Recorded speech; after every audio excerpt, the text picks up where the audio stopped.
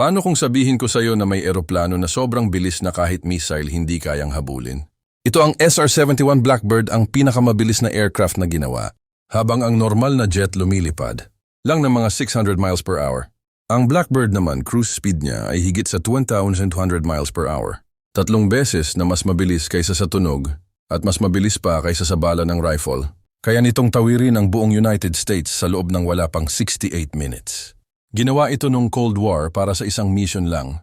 Lumipad ng sobrang bilis para walang kalaban na makakapabagsak dito. Gaano kabilis?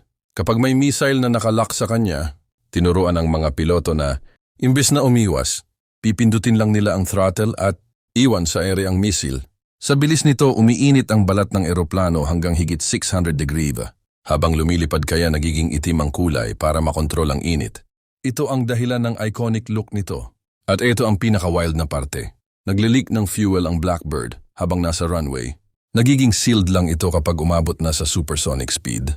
Hindi lang siya basta eroplano, para na siyang lumilipad na himala. Gusto mo bang malaman kung bakit ni-retire ng US ang eroplano na hindi? Mahuli mag-comment ng part 2, baka mabigla ka sa katotohanan. Thanks for watching.